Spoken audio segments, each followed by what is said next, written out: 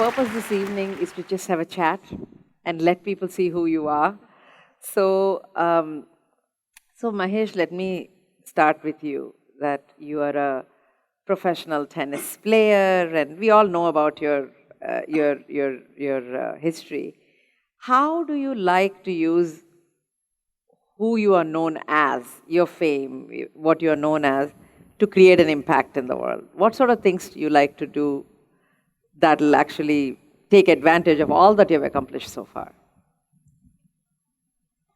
I think there's a few ways. Obviously, related to sport, and even if I was to be more specific in tennis, obviously I've gone through the grind myself. I know what it takes to deal with losses, have some success. So I have, tried my best to kind of impart that wisdom, so as to say, to the next generation or the generation after that as well. I think the network has been built thanks to tennis, and kind of getting involved in development of sport. It's been there for 10 years now. Apart from that, obviously, there's so many ways in India specifically through influence to be able to impact lives. Be it kids, underprivileged kids, or ever since we've had our daughter, we've been making a specific effort to support girl child as well. So I think we are privileged to have that opportunity, even though I'm long retired now, but we can try and do as much as we can whenever we can. So, Lara, the same question to you. First of all, I have to ask you, we've talked about you love to talk, he doesn't talk. So who asked who out first? How did you actually go out on a date? Yeah, so for Mahesh, we're a match made in heaven because he's spoken in these last 2 minutes more than he has in the last 2 days. So Mahesh is a man of few words, and like I said to you this afternoon, I can't stop talking. So this equation kind of works well for the two of us. But yes, he asked me out, and he actually asked me out, texted me and asked me, do you want to meet for a drink? And I said, no, I'll meet you for a coffee at 5 o'clock. Just check it out. If it's not good enough, you can walk out discreetly. No way. Yeah. So he asked you by text. He didn't quite walk up to you and ask. No, it was actually, so Mahesh owned a company called Global Sport that used to manage talent. And sport talent and entertainment talent. And I was with Global Sport for 3 years. I knew it was owned by Mahesh Bhupathi, but I'd never seen him. So I'd constantly only worked with his CEO. And 3 years later, the CEO was leaving and starting up a business of his own. And they decided that between the two of them, they should meet their clients, and the clients should get the opportunity to decide whether they wanted to stay with the parent company or move to the new one. So long story short, Mahesh met one client from the company, and then it stopped.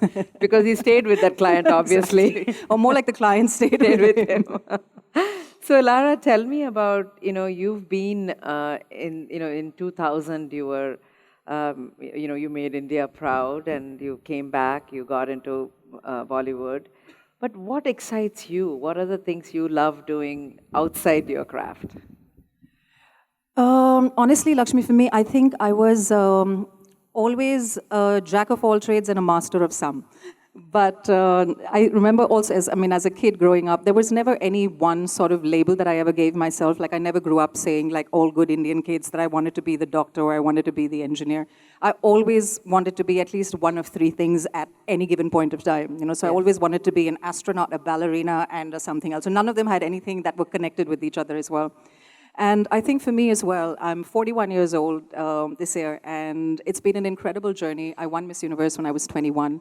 I've worn a lot of different hats in the last 20 years. I've been an actor, a producer, an entrepreneur. If anybody asks me now, my day job is I'm first and foremost a mom to a 7-year-old. But I think it's still that enthusiasm to not get boxed, to not get labeled, to not just get stuck being identified in one certain way.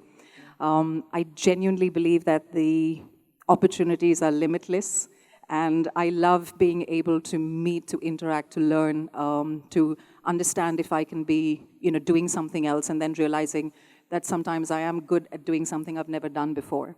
And for me, I mean, that's what keeps you going. You know, that's what keeps you constantly motivated. Yeah. So Mahesh, you talked a little bit about there are losses and gains, etc. Because one of the things for young entrepreneurs, it's always about, it's not always positive. You know, there are setbacks at times. So what is your mechanism to deal with when there is a terrible breakup, there is a loss, there is something you knew it was going to happen, it doesn't happen, happens in sport all the time. It's never predictable. So how do you deal with the losses as well as not get too proud of the achievements either? How do you keep yourself balanced, or do you? Yeah, I mean, it was, in tennis, the schedule and the season is so long that we didn't really have too much time to either celebrate or deal with our losses because, you lose at the French Open, a couple weeks later you're at Wimbledon. But, the immediate way I personally dealt with was comfort food. But, and what is your comfort food? A lot of chocolate. But it's, I was always fortunate to have a good team around me. Shamal used to travel with me. He was as my trainer and my physio. So they always kind of got into, my head. I think that was, that's the biggest thing to deal with when you go through losses or go through tough times, how to bounce back, how to figure a way not to make the same mistakes the next time and, learn from your mistakes. Yeah. How about you, Lara? Has your career, I mean, first of all, you said you wanted to be an astronaut, that there was never in it that you wanted to be Miss World was not part of it. So how did that happen? Well, even though it wasn't ever on the list, apparently this is a story that my sister says, that when I was about 7 years old, the same age as my daughter now, I remember watching a Miss World contest and then running to the bathroom, overturning a balti, standing up on it so I could see myself in the mirror. And then I asked myself that final question that those girls were asked on stage. Yeah. So you know what? Somewhere latent, hidden was obviously some desire. Yeah. But I think what Hesh says in terms of dealing with success and failure, so for me as a mom, I think one of the things that I really try and impart with Saira, with my daughter, is to really teach her how to deal with success, but more importantly, how to deal with failure. Yeah. And for us as actors, we're only as good as the last Friday, because that's when the Indian movies come out. Every Friday, there's a new change at the box office. So if your film is successful, you're the talk of the town. If it's a complete dud, you're kind of written off until your next release happens. So over the years, I've learned really honestly not to take myself or life too seriously. And you need to learn to get up, dust off, and keep moving. And yes, of course, sometimes there's a lot of pressure because Bollywood is such a huge, massive industry. There's a lot of money riding on it. So a lot of times, there's just so much money riding on a project that you're in that when there is a loss, it affects so many people around you, the producers, the directors, the industry, So it's a big responsibility. So yes, it does get you down sometimes. Sometimes it even takes a little while to recover from it. But I think, both of us are extremely hardworking people. We don't come, both of us, chose careers that we had no background in whatsoever. We were first generation to kind of really come out and do this. So in a way, have made whatever we have in our lives on our own. And that kind of keeps you motivated as well, to just keep pressing forward. Yeah.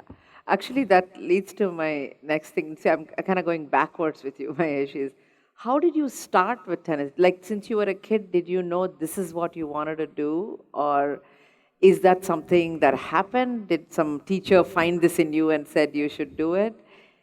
So my grandfather liked tennis a lot. He just loved the sport. And, I think that there was a dream to make someone in the family a tennis player. And unfortunately, my father broke his hand very early. So that dream couldn't be fulfilled. And, when I was 3 years old, they gave me, at that time, a small badminton racket. So, I was never given a choice. But, the progression happened. And obviously, today, there are no regrets.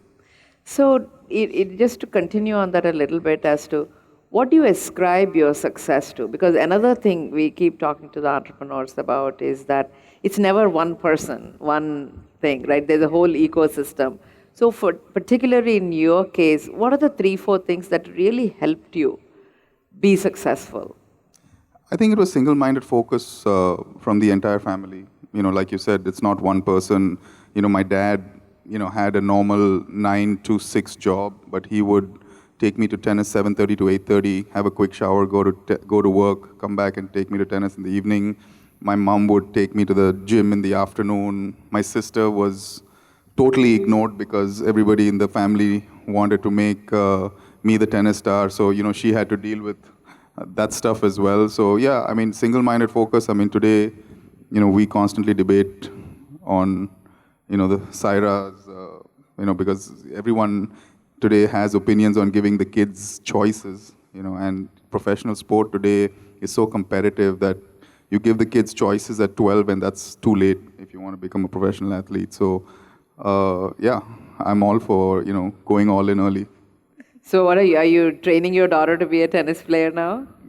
She's playing with her dad, let's just say that. Let's see where it goes. That sounds pretty bad actually already. No, Mahesh So is what do you honestly say, Lara? being modest, Lakshmi. So this Yeah. boy used to wake up. He was never allowed to go to any birthday parties.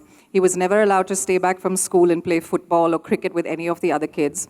He was never allowed to do any kind of adventurous sport because if he injured himself, then he would be out for an entire season.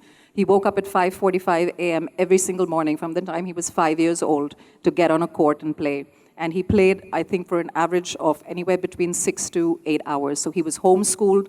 His parents moved to Muscat because they had better infrastructure there. This infrastructure didn't exist in India at that point of time. So literally their entire lives have revolved. And that's what it takes. Yeah. It takes everything. And it's a huge commitment. And trust me, I'm living with the after effects of the Bhupathi family of creating this tennis player right here. But it's very daunting. I mean, when I look at my daughter right now, I'm not sure, and I know for a fact that neither is he, if he really wants to put her through that, because that's what it takes. It takes absolutely everything. And do you think that's true for any and every sport today, that it takes that kind of focus? Yes, for sure. I definitely think so. I mean, sport, especially if you want to achieve at the highest level, any sport, including cricket or volleyball or hockey. I mean, if you want to play for India, you want to win an Olympic medal, you got to be the best, and there are no shortcuts anymore. It's only getting harder. So when you look back, Mahesh, following on what Lara said, what are the things you feel you really missed out? And Does it make up for? Obviously, you wouldn't have achieved what you did if you didn't miss that out either. Yeah, I mean, as like Lara said, growing up, I missed out on everything. Yeah. I mean, I didn't have a normal childhood, but I guess if I didn't win Wimbledon, I don't think Miss Universe would have married me. That's the first thing. First, so I think I'm not regretting that. So you don't quite count on your looks alone, is it? No, in Mahesh's own words, he got better looking with every match that he won. That's what he says. So actually, talking about your daughter, it's an interesting conversation about, compared to probably where you each were, she's in a very privileged position today in terms of her parents being very well known and et cetera, et cetera. How do you keep a child grounded? It's extremely difficult. Hesh and I were just standing backstage talking about it, and we said, how do we keep her grounded? I mean, she's staying at Suryagarh, for Christ's sakes, at 7. But yes, it is different, and her life is totally and completely different from our childhood growing up. I mean, I came from a services background. So for us, the closest I ever came to this was Air Force Station Jaisalmer. Yeah. But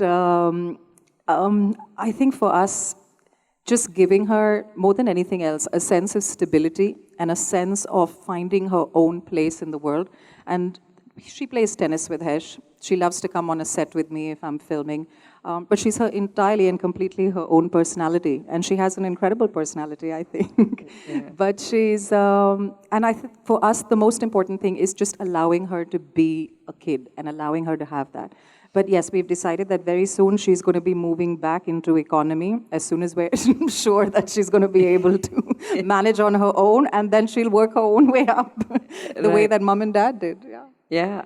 So what are the, when you both are still quite young, you have many, many years of doing other things. So do either of you think of another career, or do you think of doing something totally different or more of what you're doing? What would you like to do for the next 20 years or 30 years? Yeah, I mean, I kind of try a lot of things. Being like she said, I started a India's first talent management firm, I think 13, 14 years ago, while I was still competing. Today, we're doing a lot of stuff around, licensing, production, and involving a lot of talent. So, yeah, I think, it's a very interesting time in our country. And obviously, with the tech explosion, artificial intelligence, consumer behavior, and lack of brands, I think, we were trying to, participate in all those booms. How about you, Lara? What things excite you for the next few years? So one of the things that I've done in the last year actually is on the entrepreneurship side is to create my own, for now, skincare range, which I felt there was a dearth in the Indian market because there was nothing after 25 years of being in the business. I found that there was nothing really that was created specifically for Indian skins. And I mean, also just our genetic makeup and all of the factors that age Indian skin much faster than anything else. Of course, there's a lot of Ayurveda within India, and there's a lot of naturopathy. But I found that as I've gotten older, either I had to start using them when I was about 12 years old, or otherwise nothing really shows, you the kind of results that you need to see. So we created Arias that we launched in April. So for me, for the next 5 years, I'm definitely going to be building the brand. But there are a lot of things that I sort of, I'm a classical trained Indian classical dancer. I've been a yoga practitioner, and and I've loved doing all my meditation courses for the last 20 years. So I definitely find and I sense myself sort of moving a little bit into that direction. So where it's going to end or what it's going to translate into, I don't know. But I find that I possibly will, do something within that field. We all in our lives have what I call a sliding doors moment, in terms of the story is if, I got out, I opened the door, I got out and I did this and life goes one way. But I chose to stay home and I didn't go out, so I didn't catch that bus, so that I didn't meet that person, etc. Life went another way. So for each of you, was there a sliding door moment in your life that you or somebody who truly influenced you, or something that happened where you felt if that didn't happen, I wouldn't be where I am today, or like the first match I lost, if that person didn't pull me out, this wouldn't have happened, or somebody who influenced you the most, or anything that comes to mind to say that was my most inspiring moment, or that was the moment that made most difference to me? Yeah, I think, as a professional athlete, those moments come more than once in your life. So I think today, looking back, I really don't have that many regrets. I think if I were to do a few things again, would I do it differently? Of course. But, today, as long as those things would still get me to where I'm at today, I'm in a happy place. Yeah, sorry, I didn't mean regretful moments. It's sort of inspiring moments mostly. Like, something somebody did that made you want to do more of, or something somebody said that made you want to continue whatever you were doing. I think like I said, the whole ecosystem, my family was always the influencer because, they got behind me when it came to tennis. So I think for me, when my dad took me to Wimbledon for the first time, and, getting into Wimbledon is not cheap. So for him to make that sacrifice and take the whole family to Wimbledon just for me to get a taste when I was like 9 years old, I think it was in 1986, 87 when Becker lost for the first time after winning two titles in a row. And my experience of being at Wimbledon and the excitement and the dream that I was a young tennis player and finally wanting to be there, I think that kind of changed things for me because I watched Vijay Amritraj playing, I remember, on one of the outside courts because my dad knew him. And, I think that was a defining moment for me because I decided that I definitely wanted to do this. How about you, Lara? Any big inspiration from anybody who influenced you in your life? I think, honestly, Lakshmi, firstly for me, there is a tremendous sense of gratitude in life. Tremendous, tremendous sense. Like I've said, in the last 25 years, the kind of opportunities that have come and the things that I have been able to experience and do, it would possibly take a lot of people many lifetimes, to have the opportunity to do things like that. I mean, lots of things, being a goodwill ambassador with the United Nations, being, a successful actor within the industry, winning something, the only second person from India to win a title like Miss Universe. But these things, they're events that happened in my life. For me, I think with both Mahesh and me, the one thing that we have, both of us in common, is that we have really, really strong roots. Our foundation is really extremely strong. So like I said, I come from a family of soldiers, servicemen. We're 3 generations of pilots. My father fought 3 wars for India, both 65, 69, and 71, I believe. My sister took part in the Kargil War.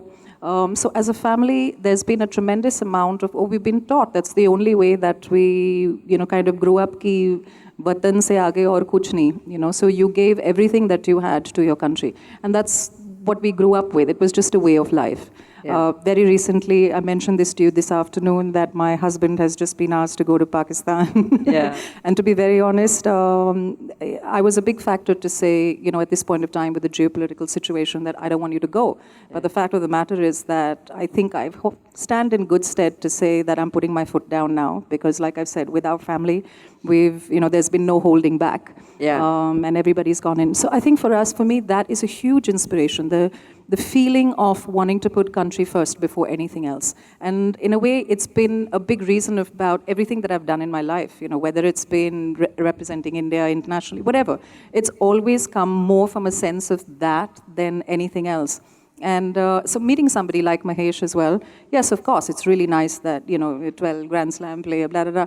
But it's incredible to actually be at a tournament, to watch these boys play, to be rooting for India, to be rooting for your country, to see that flag up there, to hear the anthem playing. It's an incredible feeling. It's still goosebump invoking. It's amazing. Yeah, yeah. So I have to ask both of you a last question of... You're celebrities yourself. Do you have a celebrity crush? Is there somebody alive you would love to meet?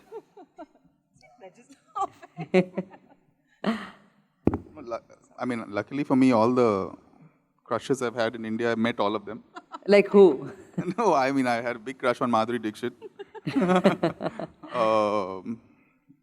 Yeah, I mean, not Come on, anymore. there's got to be somebody you haven't met that you would love to Maybe meet. Scarlett Johansson at some level. Okay.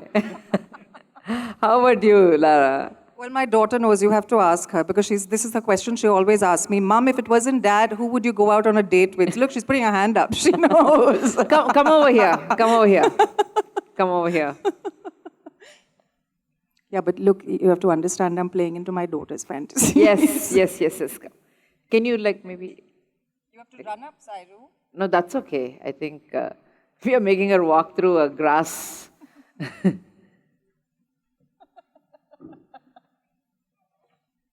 does Mommy have a crush on? Who's she going to go out on a date with?